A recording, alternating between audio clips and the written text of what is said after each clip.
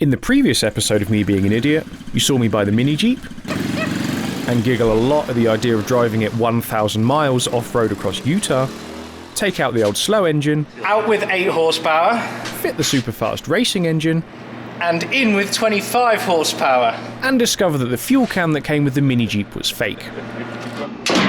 And now the journey begins. The total route is about 1,000 miles, with the first section being 180 miles between fuel stops.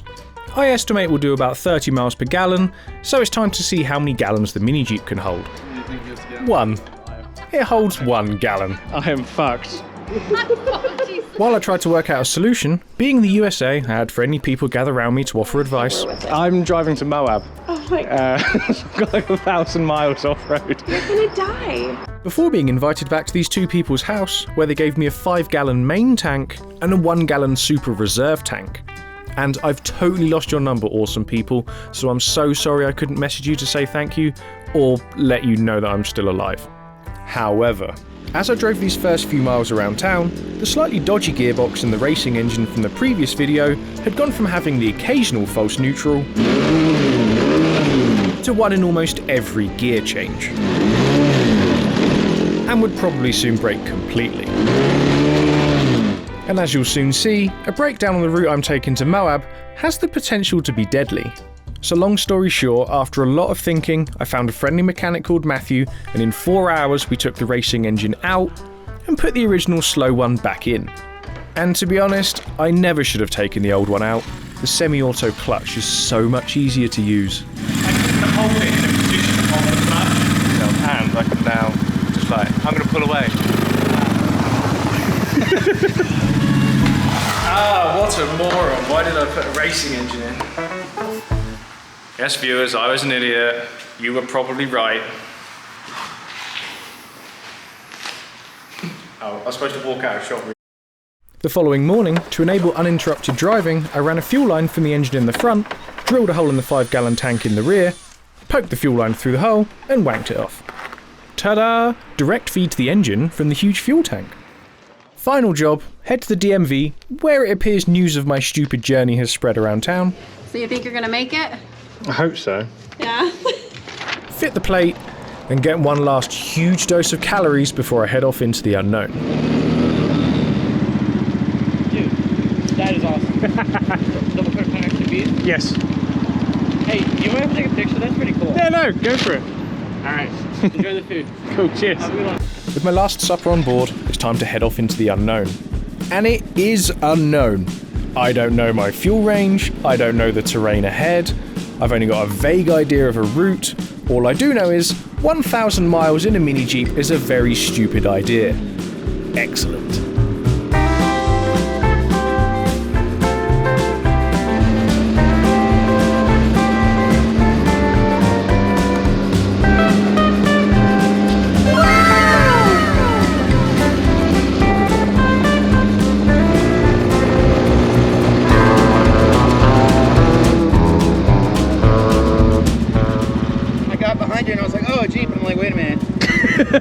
It's not really far away, it's actually really small. These are small, but the ones out there are far away.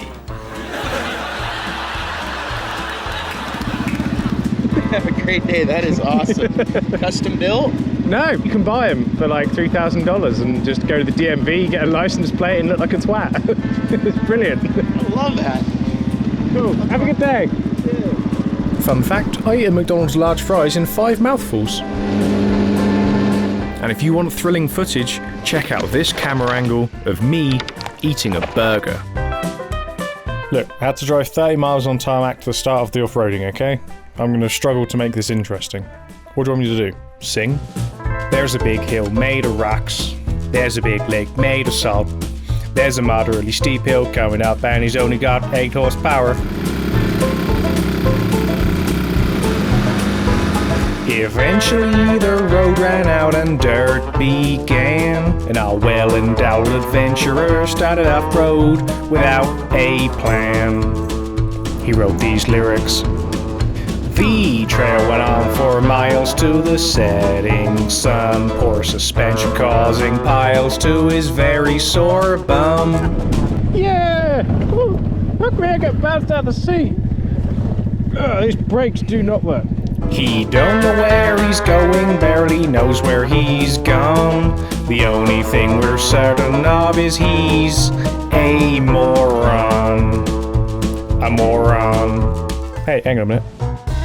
I was now at the northernmost part of the Great Salt Lake, but having already done 60 miles, I didn't know if I had enough fuel for the vaguely 150 miles through the desolation zone to the next fuel station. So I drove 20 miles in the opposite direction on the world's straightest road to fuel up. That's all I got for to drive too. Where are you coming from? Salt Lake, basically. You drove that from Salt Lake? I'm driving down to Moab. You are? Can I take your picture? You are an adventurer. Sorry to bug. No worries too. So, SatNav says I've done 81 miles. So this is where we see how much fuel I've used. So that means 30 miles per gallon. The 5-gallon tank on the back will get me 150 miles. No way. And then this one will get me another 30, so that's 180 miles. And then the reserve one underneath the hood, that gets me up to 210 miles. That's awesome. Good work, Willie. Oh yes, I forgot to mention, the Jeep has now been named. He is called Willie. So I jumped on Willie and headed off. No, Ed, keep it together. I only rode Willie a little bit more that night, popping a few miles north to cross the Idaho border off the list, before turning round, driving for 1 hour back the way I'd just come, and finding a camping spot for the night, fully fueled up and ready to tackle the desolation zone tomorrow. But in the morning... Well, top 10 mysteries of my life, this is definitely one of them. I was just waking up in my tent, and you can see I'm in the absolute middle of nowhere. There is nothing. And just as I was waking up and sort of laying there, I could hear water flowing. Well, this is a desert, what's that about? And yeah, it turns out that fuel line was off. And so what I could hear was my petrol pouring out onto the floor. And I've been at this campground now for about 9 hours, and it was still pouring out at full speed. So just as I was waking up, that fuel line popped off. If I didn't know any better, I'd say that somebody like pulled it off so that all my fuel would drain out, but well, that's not a thing, is it? I think I've got about 150 miles now until the next fuel station, so that only left me with like 60 miles in reserve. So if I lost 2 gallons, I've got to do something. Well, go on then, now it's time to see how much fuel I've got left. Ow, I just smiled then and my lip split. It's quite dry here. It is... Oh.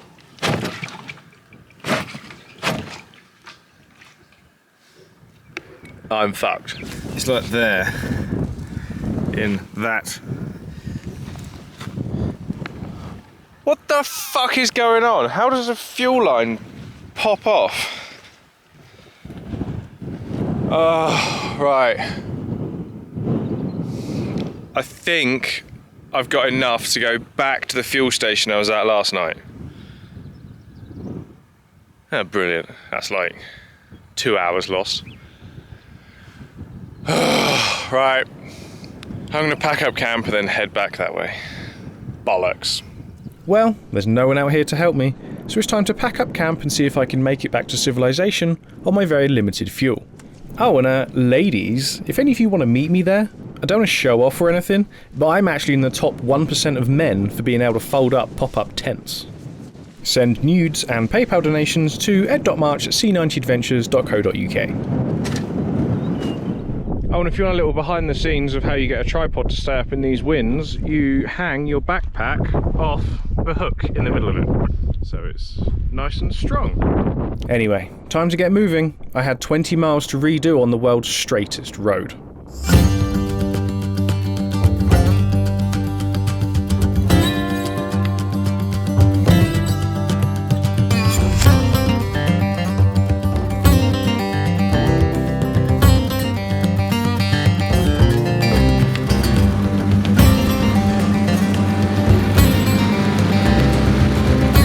Luckily, my incredibly limited fuel got me back to civilization, so I got to refuel and experience some more friendly Americans. Hello, Amelia. How's it going? Going good. This thing's sweet. Cheers. How far are you going with it? I'm driving it to Moab, Okay. so I've got about 1,000 miles to go. Going on the freeway with it, or What planet do you think? I'd say this on the freeway. what's the top speed of this bad boy? I've got some toe straps. How long will it take you? Another couple days? I'm planning for 7 days in total. 7? So it's about 150 miles a day. Hey, good luck, man. Cool, cheers. Right, fueled up, ready to head back the way I came. Exactly the same scenario except it's later, and I now have pizza.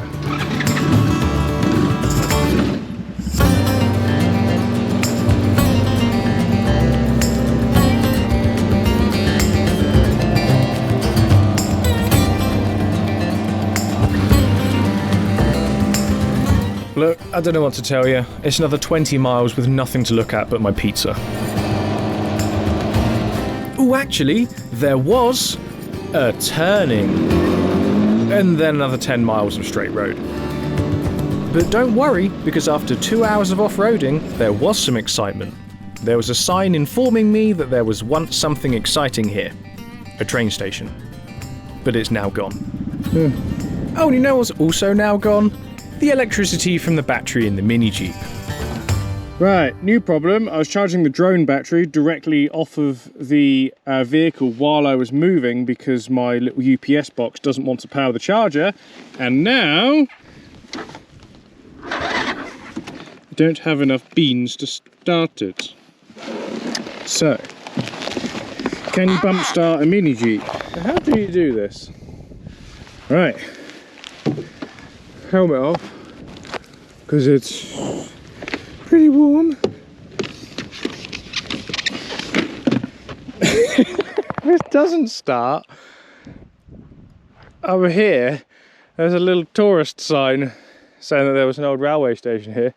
I haven't seen a person all day. Like, absolutely no sign of life. So, come on, Willie. And also, I'm going to bump start it. It's going to be in gear, but as long as the idle doesn't rocket off, then Willie won't just fuck off over the horizon. Right. Can I overcome the compression? Here we go.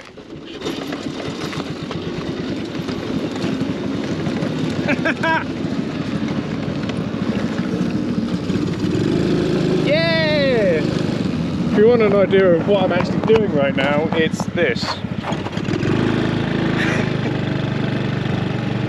Well, that's a nice thing to learn. This is quite comfy, actually.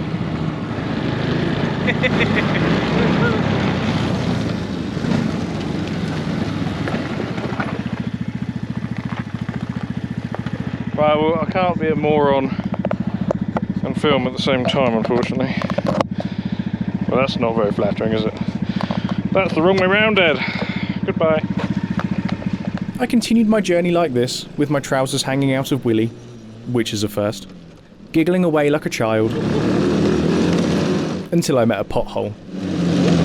Ah, fuck me! There's a bump.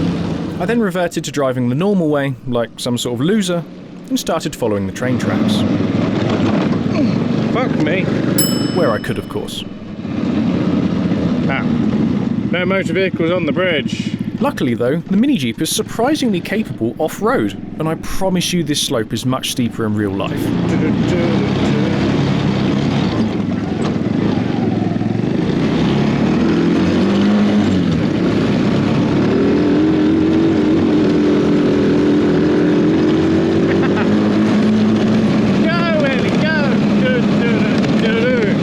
I continued acting like I was 5 years old and slowly made my way across Utah.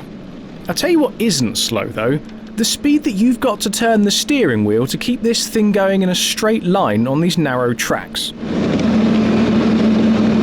But as long as you have quick reactions and a good feel for understeer, it's not really anything to worry about. And neither is trying to keep your average speed up once you've got used to terrible Chinese handling. It's actually quite fun.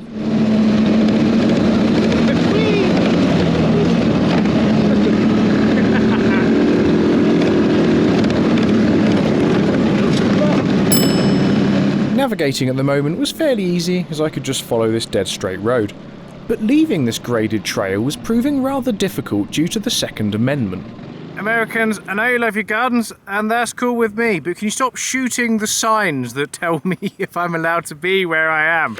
Because I'm pretty sure that this is like an entrance and you're allowed to go onto the salt flats here. There's lots of trails and stuff, but like, I don't know what that says anymore. Stop shooting them. I avoided that salt flat, carried on, and remained unsure if I could enter any other salt flat. Progress through the desolation zone was going well, until this metallic clattering noise appeared, which got louder, even louder, and then I thought it was about to come through the floor. Time to investigate. Well, let's get the tools out, because I think calling AA is going to help. I looked underneath to investigate what I thought was the chain rubbing. The noise is not the chain rubbing, it's something a bit more major than that.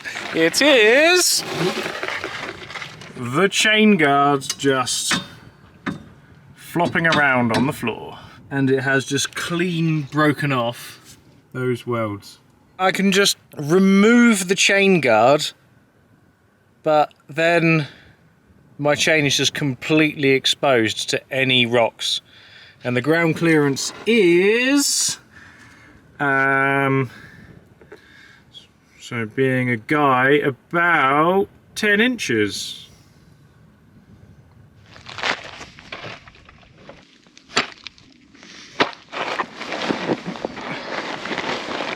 What have we got? 10 or 12. Hello. And 12.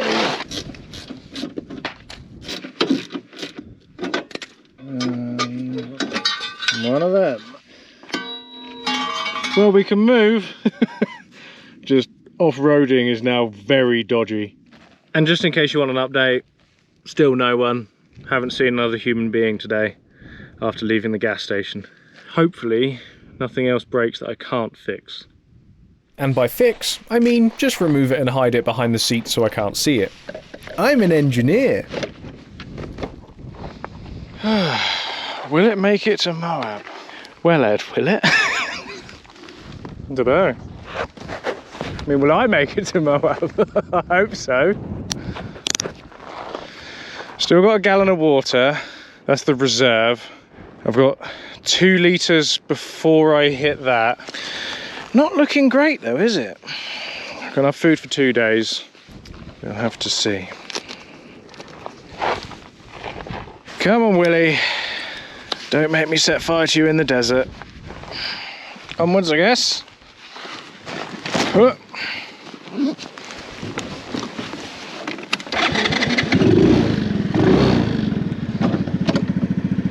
And away!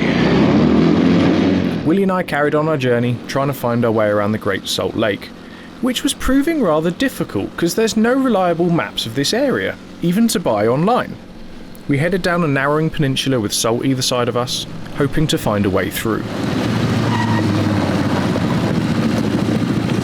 Well, that's annoying. I thought that was a really cool way across the Salt Lake. Because if you zoom in, there's a little slither. Time to turn around and use up more precious fuel, going back the way I just came. Balls! So we drove back, took a different turning. I had an Altoid to make myself feel better, and nearly crashed the Jeep driving no-handed doing so. We did eventually find a route through, but it was narrow and rocky, which meant more pain for me. But you've just got to keep on moving. The only way I'm getting out of here is to carry on pushing forwards. Quite hard when the mini Jeep keeps trying to bugger off in random directions. And because I love you so much, even though the sun is getting lower, it's nearly 40 degrees and I'm starting to wish I was dead, here's a tripod shot to help you appreciate just what I'm putting myself through.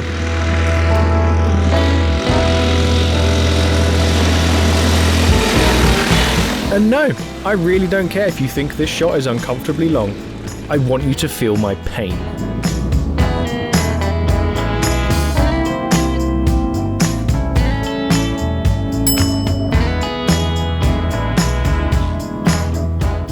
After hours and hours and nearly 100 miles of lonely desolation, I popped up over a hill and saw my first sign that humans still inhabit this planet.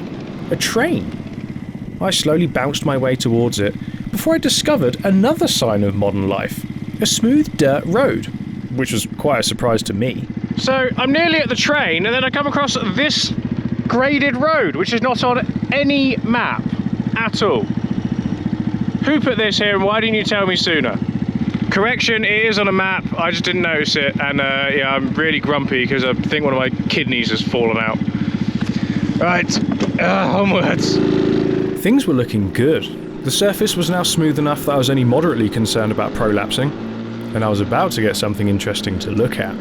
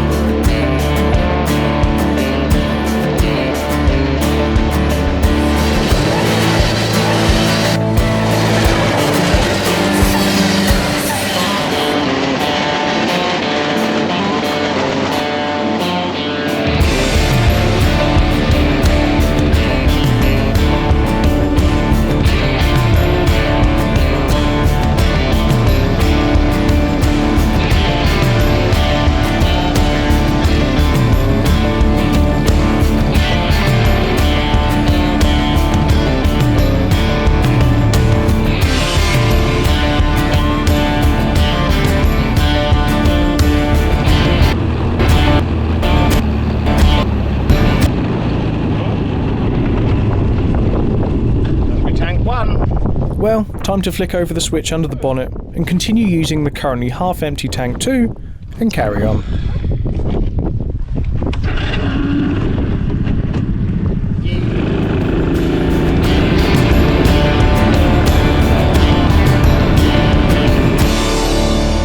Well, today had gone surprisingly well, all things considered, so time for a celebratory Altoid, which requires 2 hands to open and eat. But there's no time to waste. I've been following this train line for 2 hours already, and I'd like to find a campground before sunset, so I'm just going to carry on in my own little happy world, slowly bumbling across Utah.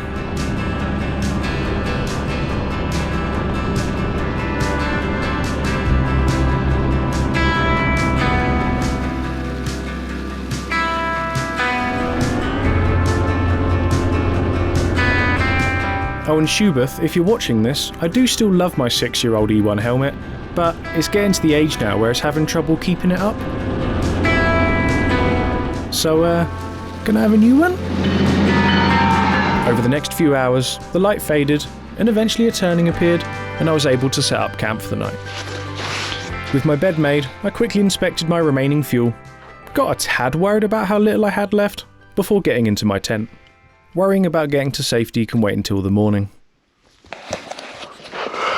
Good morning.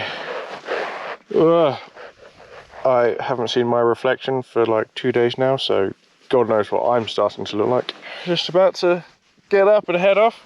All my batteries are all charged, memory card's backed up, and yeah, that's that. I can't smell fuel, so hopefully Willy has not leaked everywhere.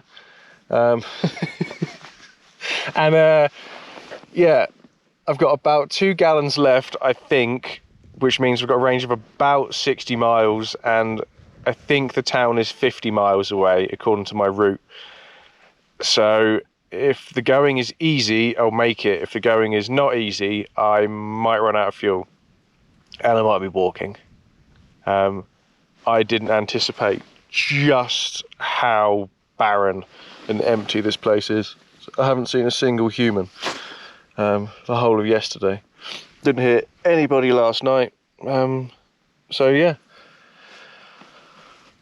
Wish me luck. I'm going to get up and yeah, head off. So, no possibility of any help of any kind, and what do you not want to happen? Well, here's a reason why you don't have all your eggs in one basket. This is my only container of water, my 1 gallon bottle of it, and I was noticing that stuff was getting like wet. Awesome camera work, and here's my bowls. Turns out it's actually got a pinhole in it, there. You'll see how much I can decant into my bottles that aren't filled with rubbish. And yeah, fingers crossed I don't leak all my water out. I'm out of bottles, so I guess if I store it upside down and I start drinking this one, should be okay. Oh. Smelling pretty ripe now. This trouser leg is barely a trouser leg anymore. But it's sort of hanging in there. Ah, screw it, another shameless request. If you sell motorcycle gear and you'd like, Jesus, millions of people to see me wearing your gear, I need new trousers. Check the campground. Nothing left. Let's roll. Will we make it on the fuel we have? Oh, wish me luck.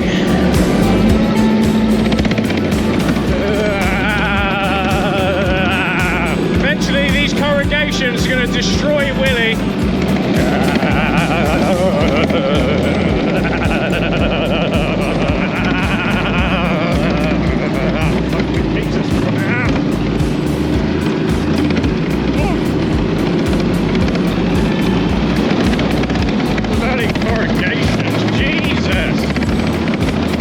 Well, that's the main tank done, which means we're now on to the ultimate reserve, which feels a bit light.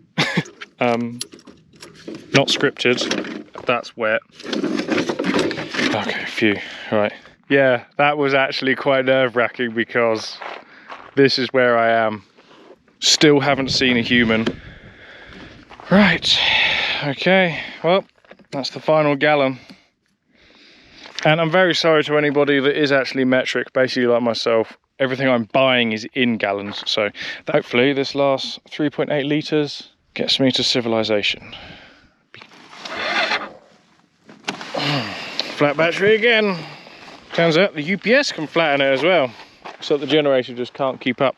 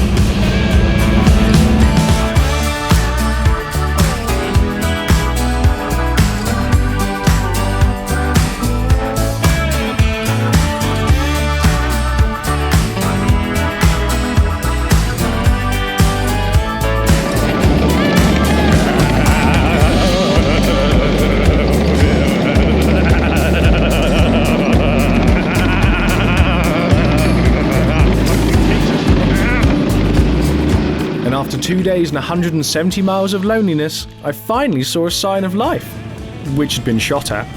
And then I saw lots of signs of life. There were cars and a town. Houses, people, fuel, food, water, a toilet, everything I need. Fuel station, made it to a fuel station.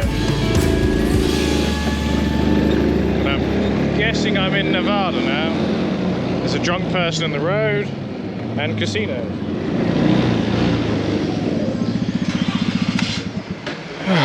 Made it. And to say I was cutting it close with my fuel is a bit of an understatement. And how much did I make it with? Not a lot. So, there. Yep. Just cutting it close, Ed. With 7 gallons of fuel inside my 7 gallons of fuel tank, I headed off to get another enormous dose of calories and find a comfortable seat. Jesus. And inside, I backed up my camera footage and got ready for the next leg of the adventure. Hello and welcome to a ship in the middle of the Atlantic Ocean. Hello and welcome to Dry Land. Hope you enjoyed the video and thank you for watching. Sorry this one was a little bit delayed in getting released. I actually had to spend 3 weeks working at sea to earn some money instead of editing, so that's why it's a bit delayed. It does bring us to the awkward moment though, where I ask you if you'd like to support the channel so that I can spend more time editing and making videos instead of having to work. So yes, if you'd like to support independent filmmaking without ad breaks, etc., then you can send PayPal donations to ed.march@c90adventures.co.uk. I also sell t-shirts. I've got 2 different designs, and hoodies, and my award-winning feature film is also available for sale at c90adventures.co.uk. If you're completely skint, then if you just like this video and make sure that you subscribed, hopefully my laptop's not broken, because that'll need a lot of donations. Yeah, then yeah, if you just like and subscribe, then that also helps support the channel. And yeah, thank you so much for watching, and if even just a fraction of people that watch this donate, then it means that I can do this full time and I don't need to keep having all of these breaks. So thank you so much for watching, and yeah, I will see you in the next episode where I did actually get told off for camping on unexploded bombs. So yeah, see you then.